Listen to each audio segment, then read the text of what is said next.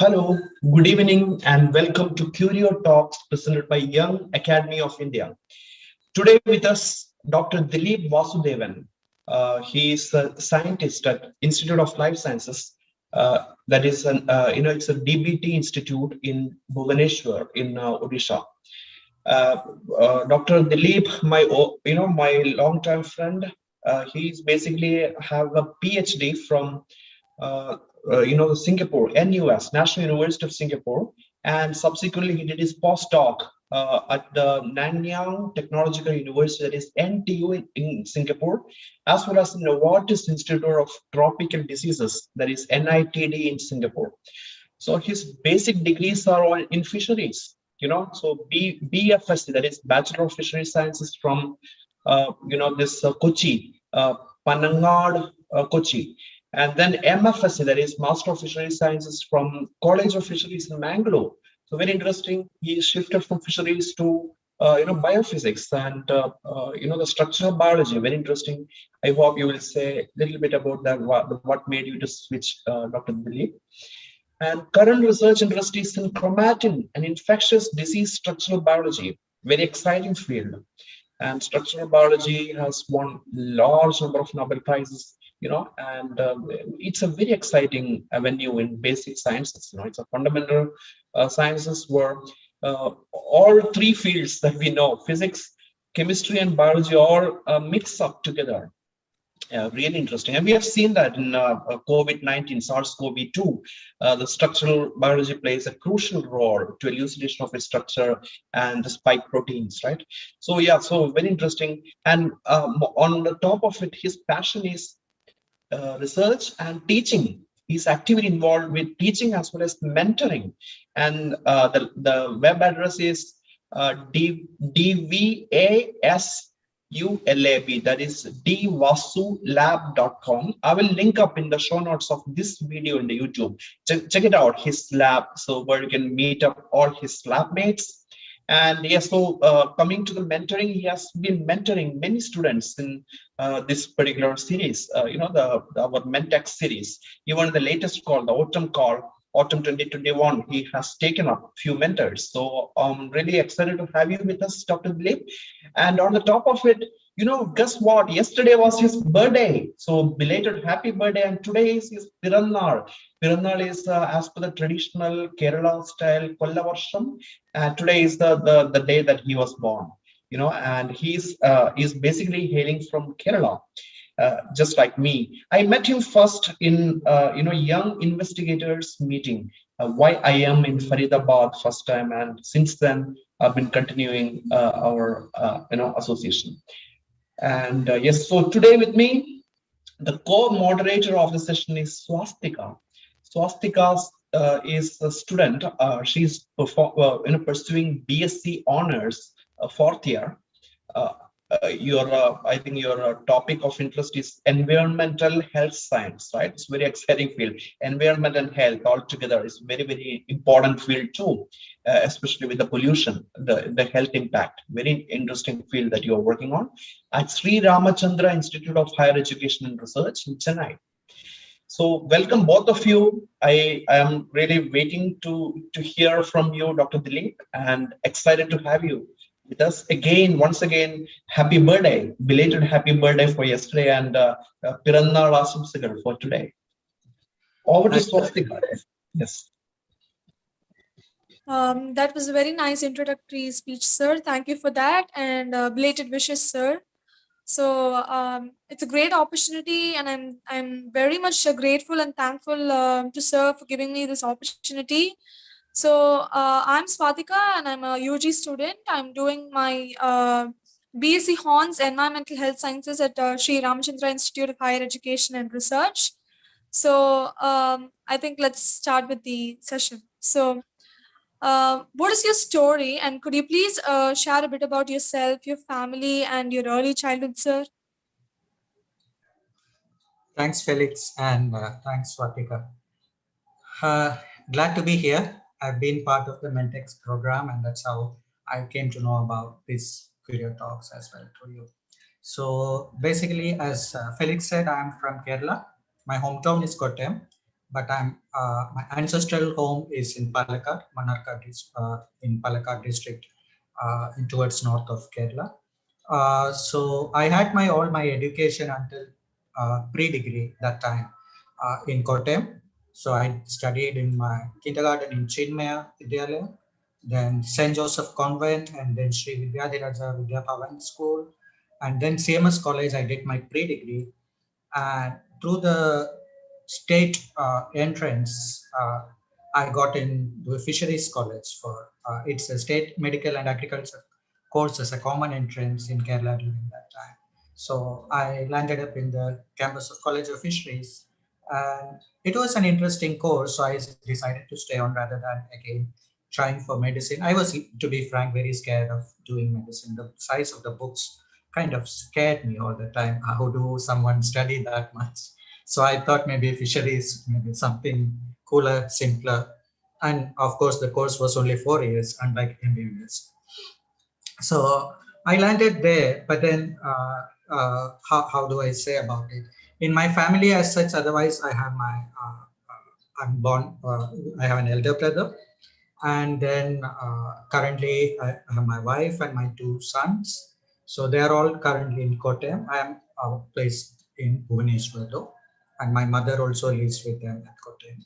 So maybe I can just show you a glimpse of the places where I have the you can see the slide. Right? Yeah. You see it? That's my ancestral home in Palakkad, not the one in Kottayam.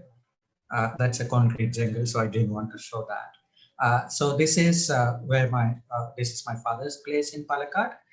It's a full green place with a pond next to it. And just to show some of the pictures of my childhood and my family. So these are our family picture. The first one you can see me, the younger one, the bubbly one. Me and my brother with my father and mother. Then the remaining two pictures are myself, and I'm with my two of my cousins. We are almost similar age group. So I grew up with them for my undergraduation time. I was staying with them. So moving further, this is my family. So this is my wife Anuradha, and this is when my elder son was born, and this is one of our anniversary day picture. Followed by this is our second son, and this is a picture of me and my elder brother with my mother, a more recent picture. And this is my family just a day before. So they are at Kottayam currently. The two boys keep long hairs, confusing people whether they are boys or girls, but we left it as they. At least that's their entrance. Yeah. So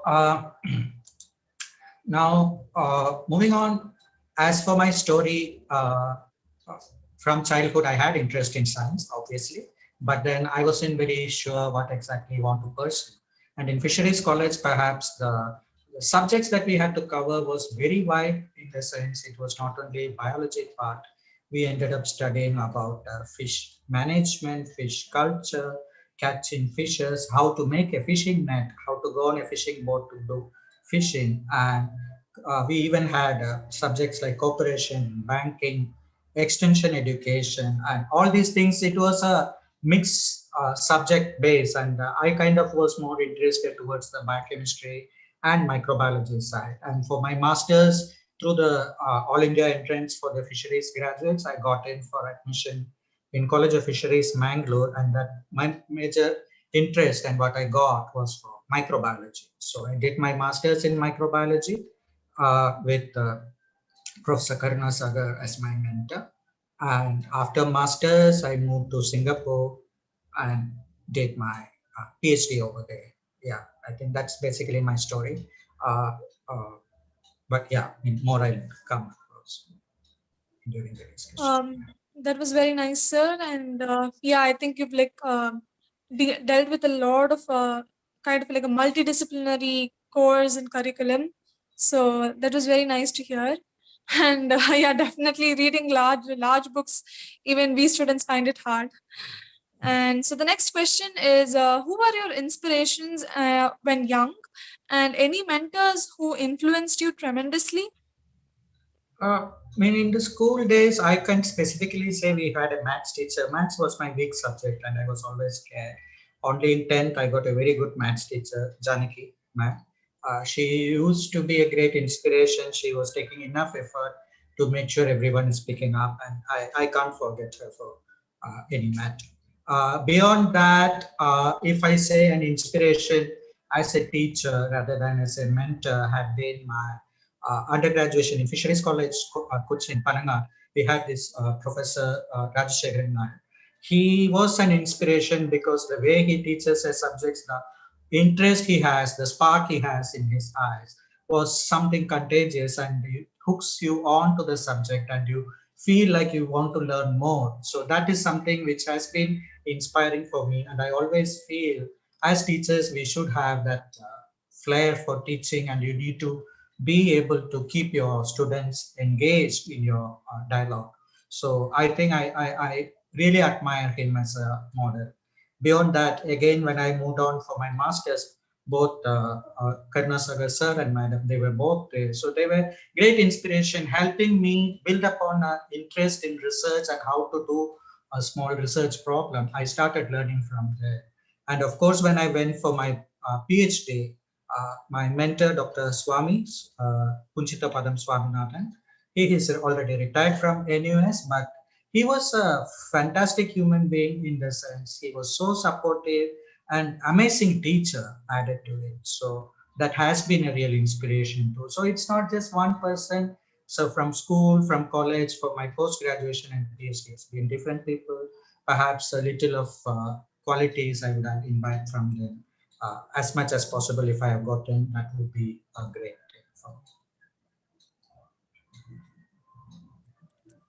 Um, so yes, sir. I mean, like we learn a lot of things from different people, and it's like from even like thinking from a personal point of view.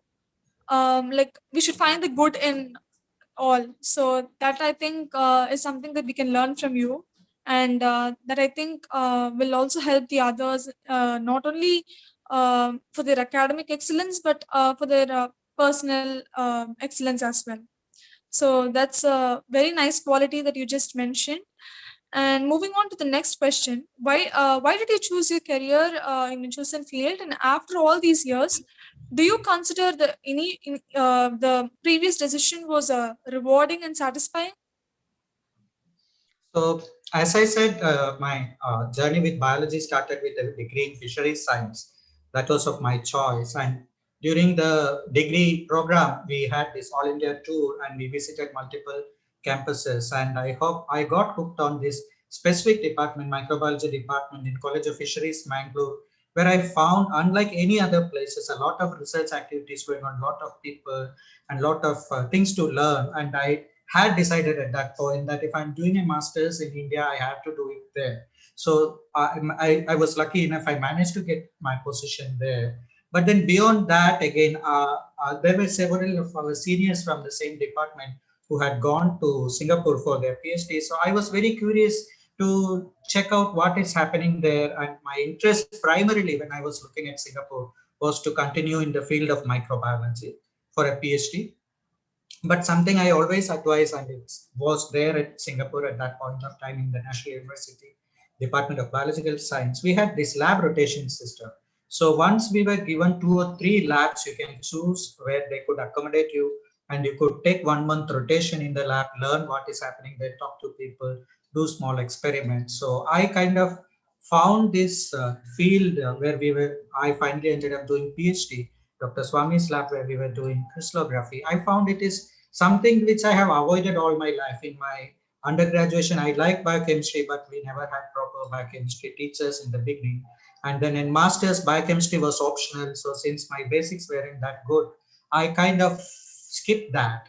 And then I felt, oh, maybe this is an opportunity for me to look at that. And then mentor was super nice. So I gave more priority to the mentor and his welcome nature for having people with multiple experiences to come into the field of crystallography.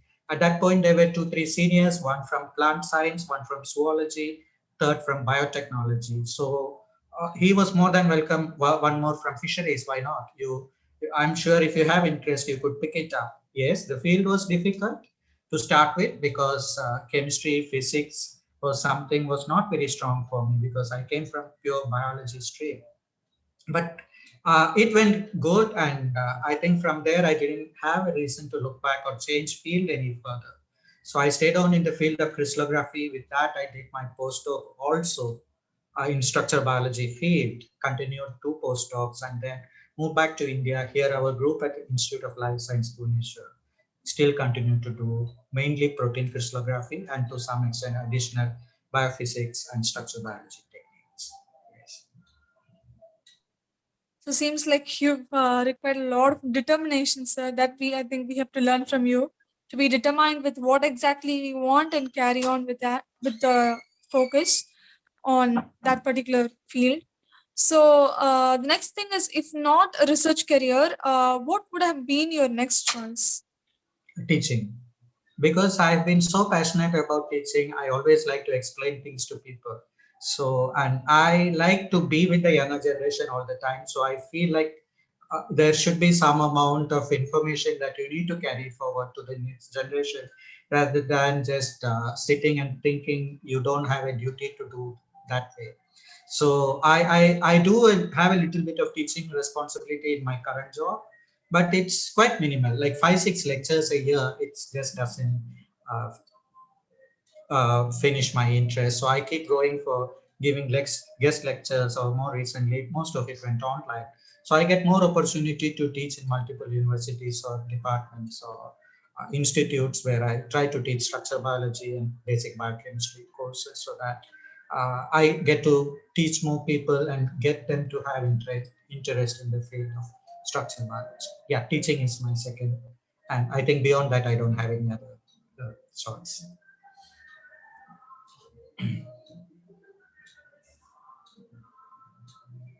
I think you're muted, Swatika. Sorry, am I audible now? Yes. What are the qualities of a good science leader in your opinion? And do you have any role model when it comes to like science leadership? Uh, that's a tough question, but let me try to take it. Role models, no, because every time I see people, they all have very good qualities. Sometimes not very good quality. I always feel if that person and this person had merged together, you would have gotten a much better leader. Many times, what happens is all the qualities just doesn't come in one person. So at a given point of time, whoever is there, whatever they do, the best is good for the place or the institute or the department or wherever they are. But as such, I'm yet to see someone who is extraordinary for science leadership per se. I really do not see, or I do not look up at someone to say that, oh, this is the person I'm looking for. No, because many times I see what is not good in them and I try not to get that. That is where I narrow down myself, or I try to tell people there are some things which are good, but at the same time, there are things which are not good. Somehow I get caught up with what is not so good, so that at least I should not be like that. So that way, I don't know whether it's the right approach or the wrong approach, but I feel I have gained a lot that way by looking at the people and seeing what should not be a person, and from that also, that person also you get a good number of good qualities, so that you try to pick it. Yeah. So this reiterates the importance and necessity of introspection, and I think that's something that I would like to mention over here. And the next thing is, what are your thoughts about Ayurveda? Good. Uh, I didn't say my mother's family belongs to an Ayurveda family. Traditionally, long time back, or even now, there are 8 Ayurveda families in Kerala. So my mother's family is one among them. Father's family is not. My mother's maternal family, father's maternal family, all are these Ashtavedya family members. So I do come from. I have plenty of my cousins who are pursuing Ayurveda, and I have a lot of respect for it. And I'm not for a debate where say that modern medicine versus Ayurveda, because both has its plus and minus. But Ayurveda is also a time tested way of, it's more of a way of living, I would say, rather than treatment per se. So it comes with its own benefit. I do believe in Ayurveda, but then most of it is not the way it is being practiced in modern medicine. So to have a objection, no, this is not a proper science, it's completely up to the individual. I'm not in for that debate because I believe in both. Yeah. Yes, sir, definitely. I mean, like we need a unique blend of ancient wisdom and modern medicine at the same time. So Completely. that was very nice. The next thing is in a publish, publish or perish atmosphere, scientists are under tremendous pressure to publish, forcing them resorting to data fabrication and predatory publications. So, what are your thoughts on how to address this increasing problem? Yes, as a person, I believe science is organic. I don't run for publications. Publications do happen when you are doing science. Beyond that, I really do not get why people have to be, either they have to be so incompetent to be thinking you have to publish the day one, day two.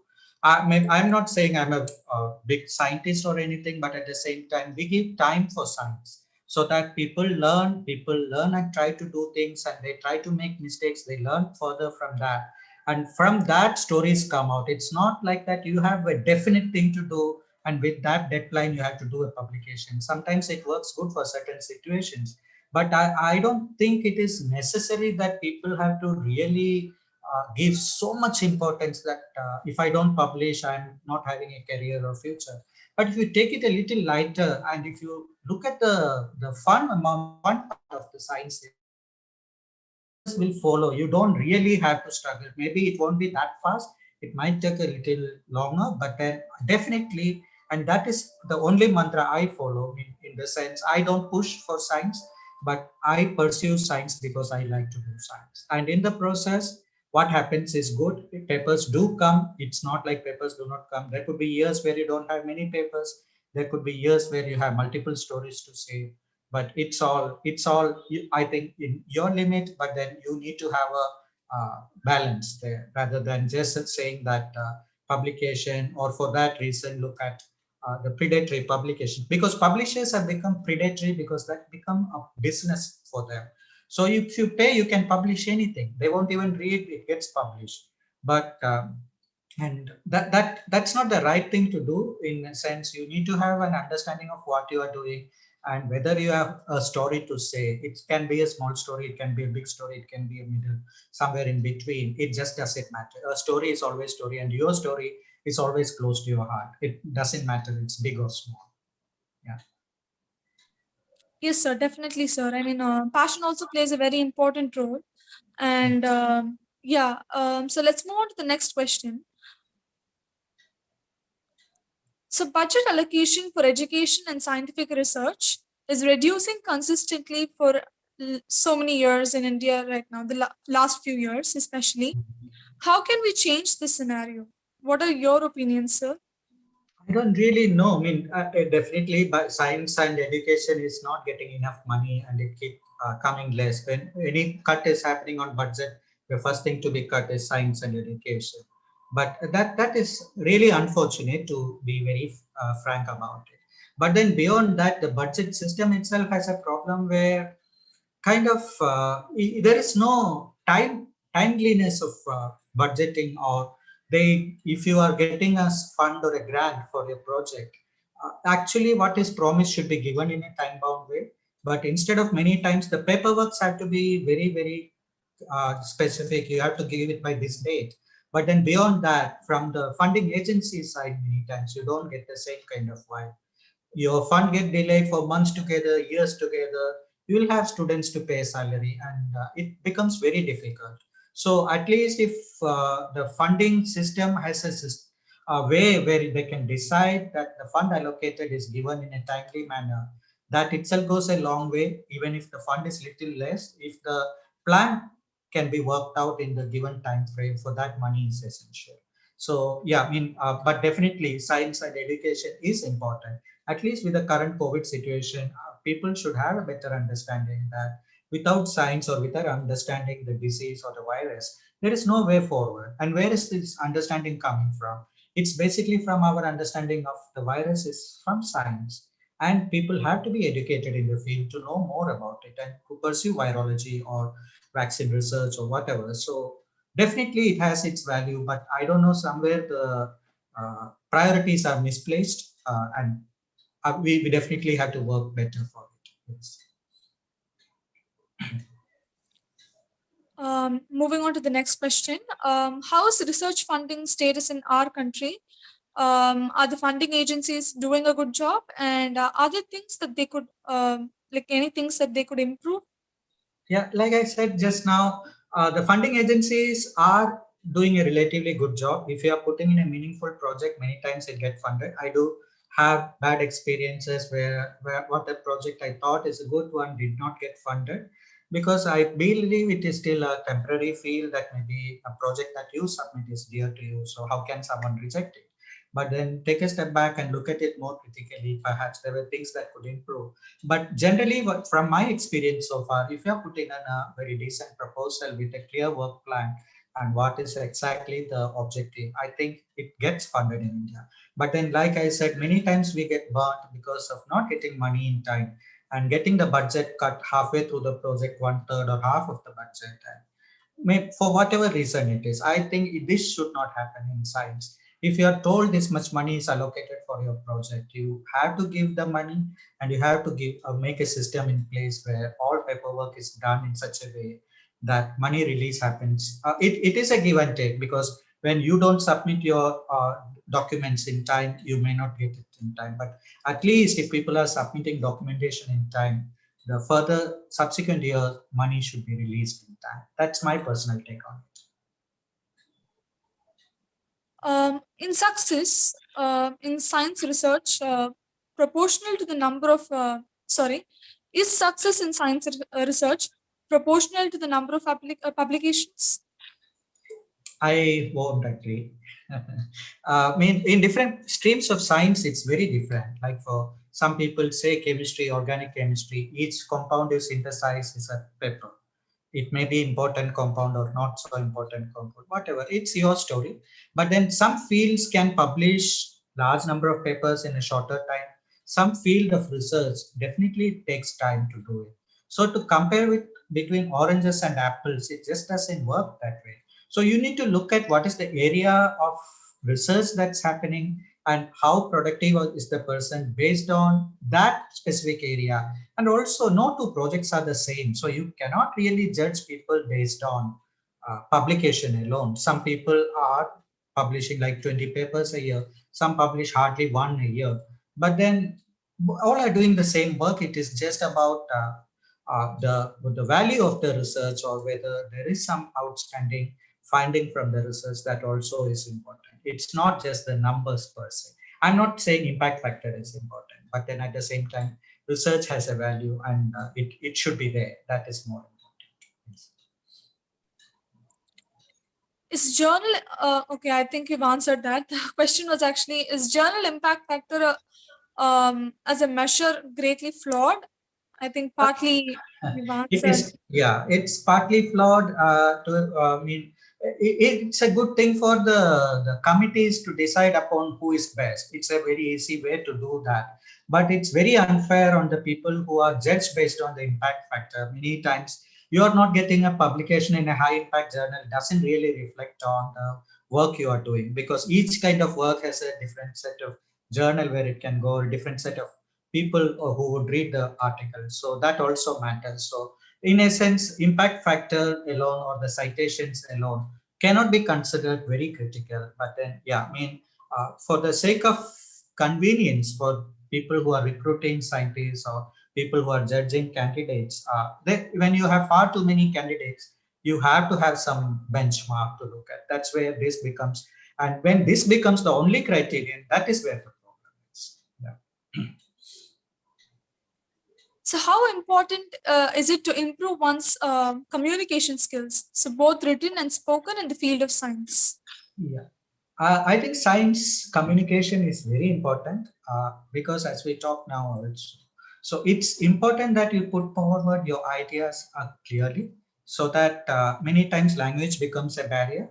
And it's not to just to do about an individual, it's many times the way they have gone through their education system. It's an extra hurdle for them to come out of that and get uh, some fluency in the language and then be confident in speaking. But I personally feel it's very important, because only when you are confident, when you are confidently speaking about a subject with the proper words, then only I think you get the audience attention. Otherwise, people, if you start mumbling something and you don't have the confidence to say what you are saying, I don't think anyone would listen to you that much, even if it is going to be an extraordinary subject. Yeah. How what is your mentoring style, and if there is one? Yeah, mine is a freestyle actually. If you call or hands-free mentoring. We normally have a specific area of interest research. We'll have many projects going on in that area, the field. Whenever a new student comes, we will just tell them these are the things happening. Based on their interest, they could pick one and they could just start. But our field of research, the protein crystallography, it's little tricky in the sense getting crystals is priority for the project to move forward. So many times students have to try out multiple projects. Sometimes more projects work, sometimes it doesn't work. So I'm not so picky or choosy about mentoring. You do this, only this. So no, because students have their style. I really leave it to the students. These are the projects in hand. You try out the way you want. If whatever help you want, you ask me or ask people in the group. It's not that you are left alone. But if that interest doesn't come from the student side, many times I leave them for themselves for a while. Sooner than later they'll come back on track and they do the work, because the starting will go a little slow, but then with the more and more mistakes they do, they get better. I'm not in a rush, or I'm not in a hurry that they have to get a degree very fast. It's their PhD. I'm only there to help them out, and I'm only there to provide resources, and I'm provide to guidance. So beyond that, if at all anything is there, the seriousness should be on the side of the student. And I don't mind someone doing fast, someone doing slow. It's up to them, but they can be very clear about it. I need time to do my work, or maybe I would like to do 2 3 things at a time. That's completely up to the student. There is no compulsion. That is my style, but it may not work for everyone, and I don't advise that everyone should follow that. But for me, it is working. For our group, it is working. So I'm happy that way. Yes, sir. I think only there's also a quote. I think like only when we get involve in the process we learn, Yeah. and and I also think definitely a student have their own learning style, as you just mentioned.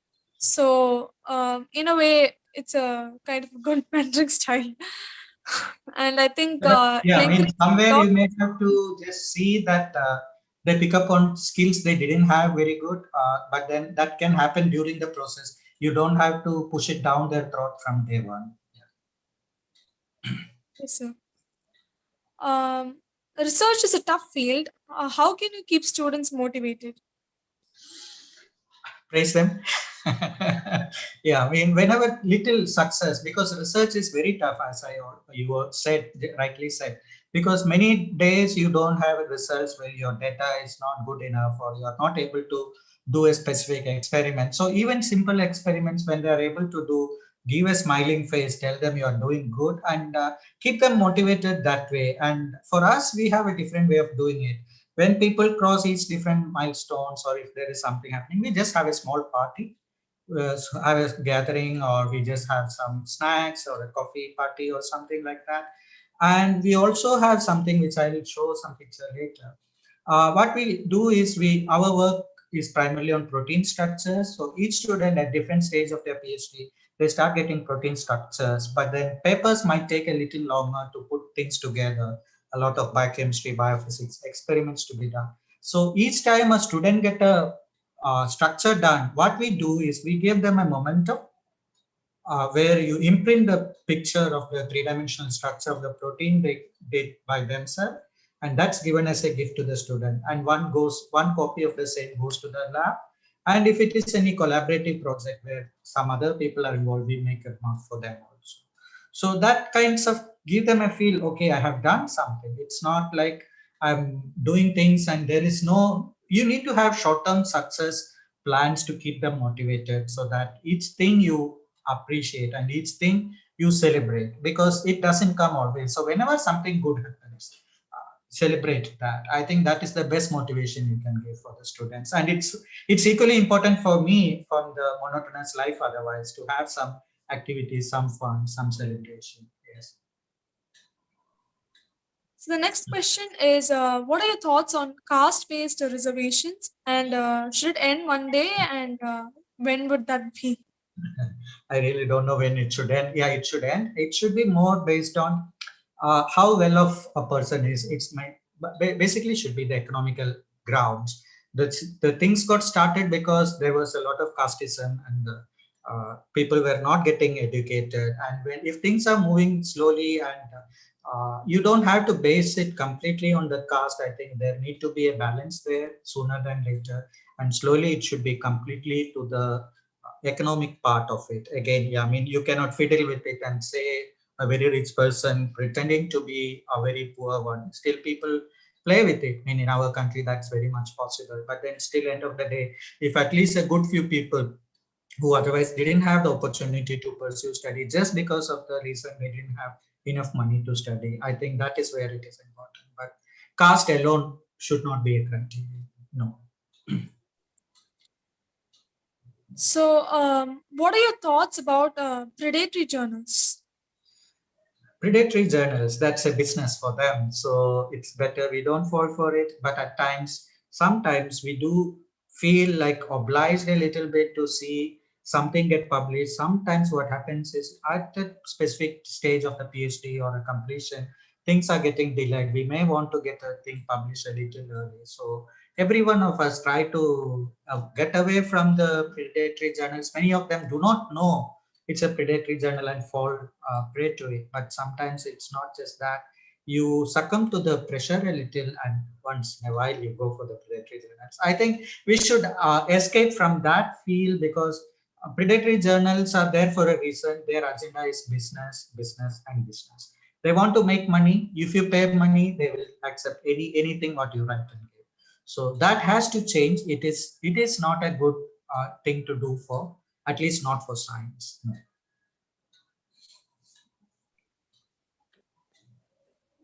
So, do you consider knowledge should be free and journal articles should be completely open access and free, either for publishing or for downloading?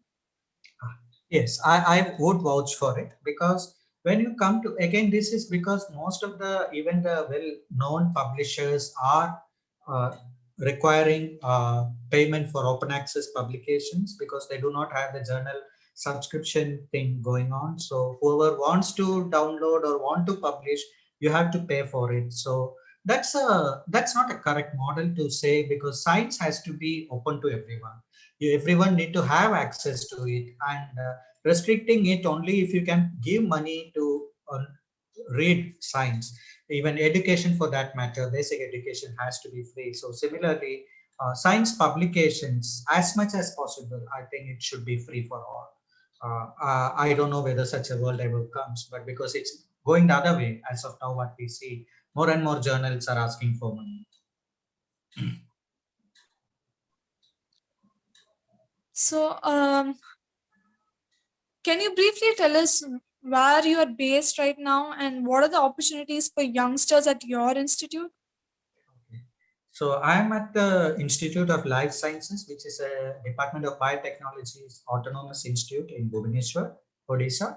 So I'm here for almost 9 years now. So our institute do not have undergraduate or master's programs. Some other DBT institutes do have, but we do allow master students or to do their dissertation in our institute. There is no specific call or anything. People who are interested may need to write to the respective scientists at, early enough, so that they can have a limit on number of people you can take. It used to be 3, it keeps changing. COVID times we had to reduce, and now it is totally gone virtual to a great extent, because we cannot afford to have too many people walking in and out of the lab on a daily basis. Even summer training is allowed, winter training is allowed. That can be BSc students or MSc students. That is also possible. There is a bench fee involved for this. That's something like 7,000 per month. So, and if you want to avail hostel accommodation, you have to pay for that separately along with your food.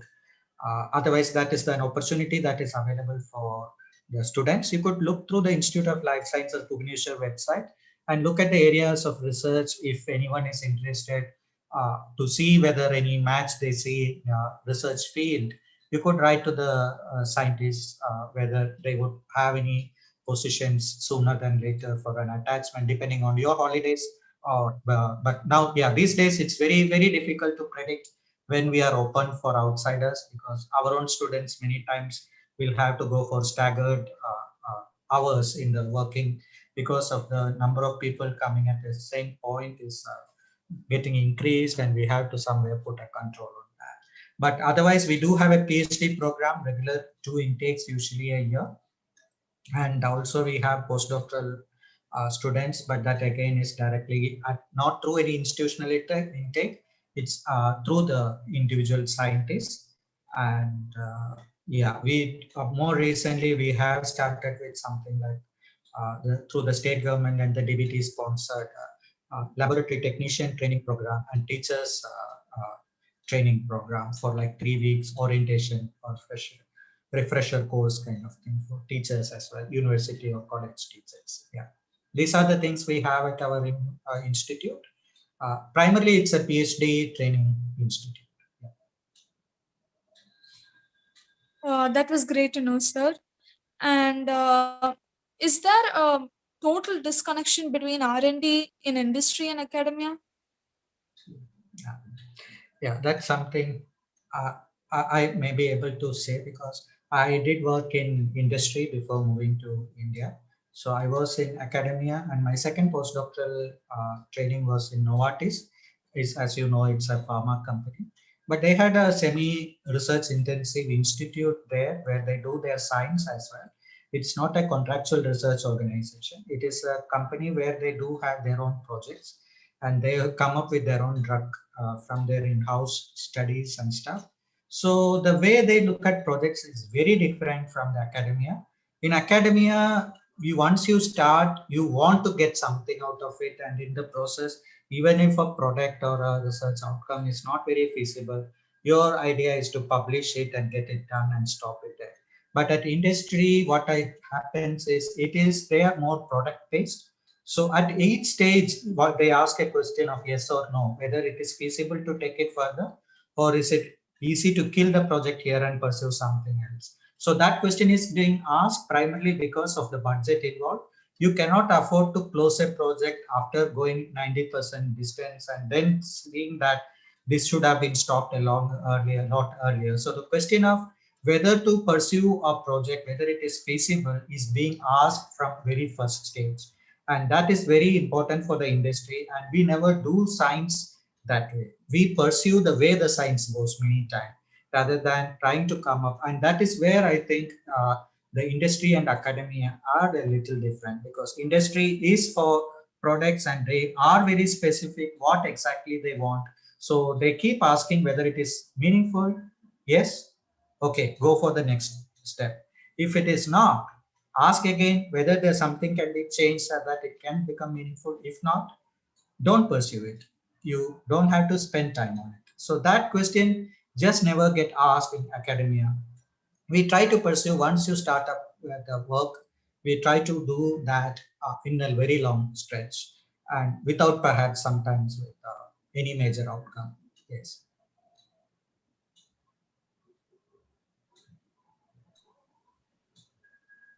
So the next question is basic science getting neglected in the name of translation? It's kind of similar to what I said now, because basic science is important. Any of the discoveries that has happened in the past, it has all stemmed from basic science. But at the same time, translational science is important.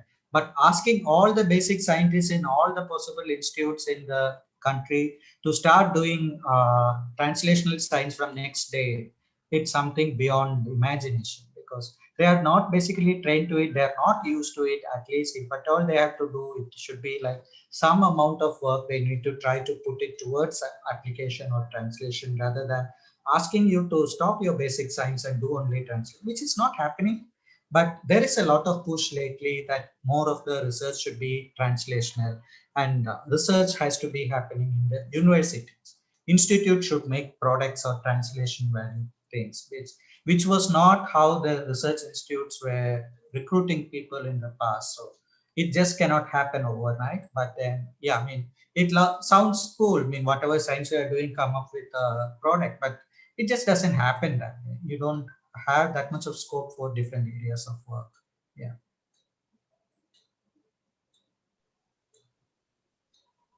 So, what advice would you give to the upcoming science leaders, sir? Like I said, watch people, see what good qualities you can get from people. If you see bad qualities, mark it out. Say that this is not what you want. You try to imbibe as much as good qualities as possible. Be sincere. Be a people's person, in the sense, be nice to people, first of all, because that is the first basic thing. Being nasty to people and being rude to people, I personally, I don't think anyone would like that. So try to not get into that mold, no matter where you find it. And if you think that is the way to go forward, I think that, it's not going to help. Yeah. What is your key message to young scientists like us or of the country? Pursue your passion. At any point, it can change. It's not that once you decided you want to do this, it's not like you have to be stuck with that. With time, you may find something more interesting. Try to connect into it. If you want to change field totally, I think that's perfectly fine as well. Don't fear what you want to do. You need to know what exactly you want to do. Yeah. Yeah, very exciting session, Dr. Dileep, and I really enjoyed talking to you. I was just listening to the story, and especially the final point which you said, that be nice to the people and don't be rude. You know, the emotional, the workplace is now turning to be toxic. Even especially coming to the mentorship, and I have a feedback from some of your PhD students, especially my own student is there with you. And yes, so they were appreciating. I have been to your lab as well. The way that you guide your student, everybody seems to be enjoying it. So I have few questions from my side. Yeah, first question to you is that what is the conflict resolution strategy you have in your lab? For example, if students are fighting for the same equipment, or equipment sharing, or whatever it is. So, is there any points that you would like to share with us? Conflict resolution. That's a very tricky situation. You need to know the people first of all. So my office is just inside the lab. So I know people very well. It's not that I don't understand who is what or what is happening. So if you really understand what is the problem, many times it's like students compare with each other. Sometimes they feel someone's project is going fast. So even if there is no basic issue, they will get issues out of nothing and then start fighting. That happens. Yeah, I'm not saying my lab never had that. We have it very often too, but I don't interfere unless they start raising voice against each other or they fight, making it a bigger issue. I tell them that if you really want to fight, go out of the lab, don't come back until the fight is over. But if you think it is something you can talk and settle among yourself, that is the best thing you can do. And the moment you involve me, then be prepared. I will ask for too many questions. So I think that settles most of the time. One of them will just walk out and will come back after some time, or maybe both of them will go out. So I never had a major issue that way. But yeah, I mean, I only time I get angry is when I see people shouting at each other. Yeah, interesting. We have so many viewers in the YouTube, and one of the viewer is Mr. Pramod. Let me read it. Sakakar. Sheikh, I think it's the Shekhar. Yeah. So his question is about the motivation. So, is there any motivational book that you remember that you read in your life? I'm very poor at reading. I follow people, I look at people, I get to imbibe most things from people. I'm a poor reader, to be frank. I think the last book I ever read could be during my undergrad, textbook perhaps. Beyond that, it's been whatever is needed for my work or whatever is needed, I would have read. But I really do not read much. I mean, I know it is not a good quality. I tell my students also, you should read, but somehow, I get motivation from people primarily. I don't get motivated by reading something. I don't know, somehow that's my nature. All right. Next is that in your field, the structural biology and biophysics, is there any textbook that the students can read at undergraduate level? Is there any solid textbook where the students can, have a Uh, thorough background? Yes. No, I mean, textbooks, usually the structural biology, when you say there are multiple techniques. So I think at undergraduate level, structural biology, basic things are a little too high standard. So I think when you come to the master's program, you need to be, basic is only the structural biology concept of protein structure or biochemistry. But beyond that, what exactly is happening or how people go about, I haven't taught people, undergraduates for that matter, so I'm not the best person to suggest what is the best curriculum for undergraduates to read structural biology. I think the regular biochemistry textbooks cover structural biology in a milder manner. I think that's good enough for an undergraduate. At the postgraduate level, perhaps they can get into a little more of advanced structural biology and start understanding, if at all their dissertation also requires, to understand what exactly is being done in structural biology. And beyond that, I think most of it, I think it's needed only for the graduate students who are doing their PhD. Yeah. All right. Next is about the grand opportunities. Is there any, hidden gems in your field that not many people are aware of? Like in the structural biology, is there some special grant called international or national? You mean the grant Yes, project? projects. Yes, Uh, research grants. Not really, because they do not have any specific funding for structural biology alone. But we do in India, what we have is a consortium kind of thing where we go for crystal data collection and more recently cryo-electron microscopy and small angle X-ray scattering. There is a funding that is covering all Indian structural biologists. If you want to collect data at the French facility in Grenoble, it's free of cost.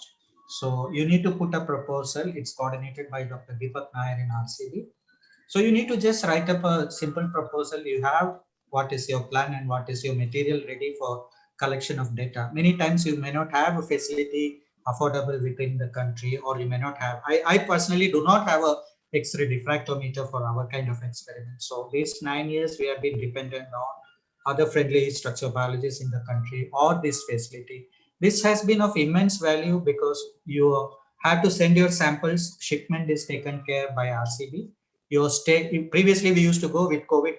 These 2 years we couldn't travel. So we ship the crystals. It's remote experiment. All the expenses are borne by the French side or the DBT. So that is something I don't know how many of the structural biologists are aware. Anyone can avail that who is doing protein crystallography in India and small angle X-ray scattering and cryo-electron microscopy. Okay, so you see, in the COVID-19 pandemic, so everything is online now. The things are changing dramatically, but still, is there any small project that MSc students can undertake in the structural biology? For example, the prediction, thermodynamic-based structural prediction. And in your opinion, are these predictions accurate when you do this validation with the crystallography and other tools? Yeah, in the past, there had always been this conflict between the experimental structural biologists and the prediction or the bioinformatics computational biology. Because primarily we feel those are not validated. These are all predictions are predictions. Experimental proof is proof. But more recently, what has happened is, I don't know how much you are familiar, there is this something called AlphaFold that has come up. Whatever protein sequences available in UniProt, they have predicted structures. So that's like a big blow on us. And we still say it is a prediction, but surprisingly, many of our very recent structures which are not published, the structures there are exactly the same as what we have. So we are almost there. I think you don't have to always do experiments to really understand the structure. But then at the same time, the validation, if at all you have to do, you still have to have the structures done by experimental means, and more complex stories and the biochemistry, biophysics things added to the structures. I think that definitely is not attempted by the predictions. They are just leaving a structure at it. Beyond that, it is not being taken up. So the information is there, but how best you make use of it from the experimental techniques and what additional can be made out of from the structure. I think that by itself can be the field can survive on that. Yeah. Hey, very exciting. And you said a tool. I think it's I didn't get that tool. Could you please Alpha repeat fold. that? Alpha Prot Fold. Fold. Folding. Okay, Alpha Fold. All right, very interesting.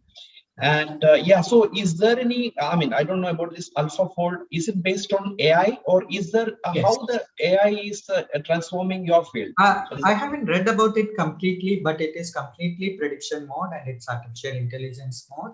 They initially started with one or two proteins and then they extended it further with the second version and stuff. And now most of these proteins, which are like from, I think they are picking species wise organisms and whatever sequences are available in the UniProt database, they are leaving a structure for it there. So and it looks very reasonably correct. So so I think we are almost there. Previously always the question was sequence alone doesn't give you the structure, but then it looks like we are reaching somewhere close to it. Yeah. Fantastic. Yes, very interesting. Yeah. So now to wind up, so because you have been passionately associated with our Mentex program. So what is your experience in it, and what kind of topics that the students were working on this Mentex? Yes. It was really good. I mean, this was the first time I'm doing a virtual internship. Otherwise, it's been mostly only our lab meetings were going online and stuff. So I only had picked 3 in the last batch and they did exceptionally well. They were very interested. We had kind of 2 or 3 sessions a week. Mostly we try to keep it in the weekends because for them, they were having their classes also going on weekdays online mode. So it wasn't very comfortable that way. And for me also, weekdays are little tight, but weekends are relatively free for me. So we managed it. It was very good. I couldn't do a project per se with them because online it was not very easy. But then we did cover a lot of topics in structural biology and biochemistry. And in the end, little thing they are doing it right now. It's still not over. I have started with the second cohort, but then the first cohort they want to do a proper journal article presentation for improving their understanding of how to do a critical reading of a journal article in structural biology and how to come up with a proper presentation of data. So that I'm helping them out one-to-one rather than in a group. Previous sessions were all in group. So now I'm trying to teach them what is to look for in a paper, how to present the data and what to tell and how much is too much, how much information you have to tell. And if it is time bound, how to stick to the time and still present that data. So that is something I'm trying to help them out, 3 of them. So they are doing one by one, so that I'm doing one-to-one and the presentation will be common. Yeah. Yeah, very nice to hear your story, Dr. Dileep. And yeah, it's a Mentex is very interesting. We are just the young academy also. Yes, so welcome to EI. You are now inducted as the fellow. So the academy is completely informal and it's like a community of lifelong learners. And Mentex is our key program. So yeah, so I don't know how long will it go. So yeah, we are all passionate with this.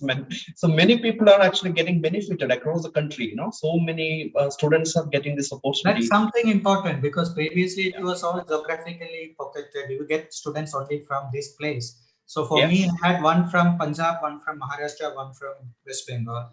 So it was all from different places. This time I have picked 6, all from different states, perhaps. So, fantastic. And all are BSc students. I'm trying to pick BSc because those are the people whom I haven't been interacting much. I always get to deal with MSc PhD students. So I'm trying to come down to the BSc level so that I can understand what is their problem, how much I can help with that, so that I think there won't be a disconnect for me either. Yeah. You may also consider mentoring some, school students. We have a lot of school students applicants. I don't know how many of them have chosen, indicated structural biology seems very advanced for them to think of, isn't it? Precisely. So yeah, that is the thing. I may have some snippets or some photos. Maybe I can just show it. Yeah, please. Okay.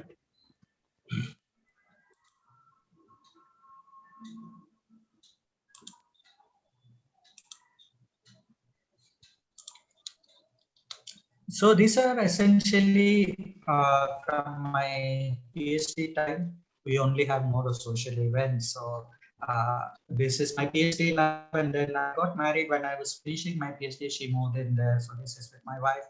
And we had a few of us who got married around same time, friends who were otherwise staying together. And the last one is my PhD graduation from National University of Singapore, right when my eldest son was born. So just a few days.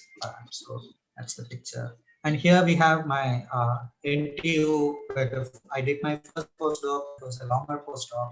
So in that we had Kurt Davies' lab. I did my postdoc, and this is the lab where I worked. And when I was in NTU, my wife did her master's from NTU same time when my son was still at home. And then this is my send-off party from NTU, from the undergrad students and the trainees and other PhD students there who gave me a farewell in an Indian restaurant in Singapore. And this is where I did my second postdoc. That's at Novartis Institute for Tropical Disease. That's located in a campus called Biopolis, where there are several biology institutes and companies in one campus.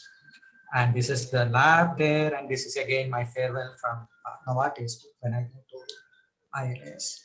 So these are pictures from ILS, all colorful, no signs, because I believe it's more important to have fun along with science.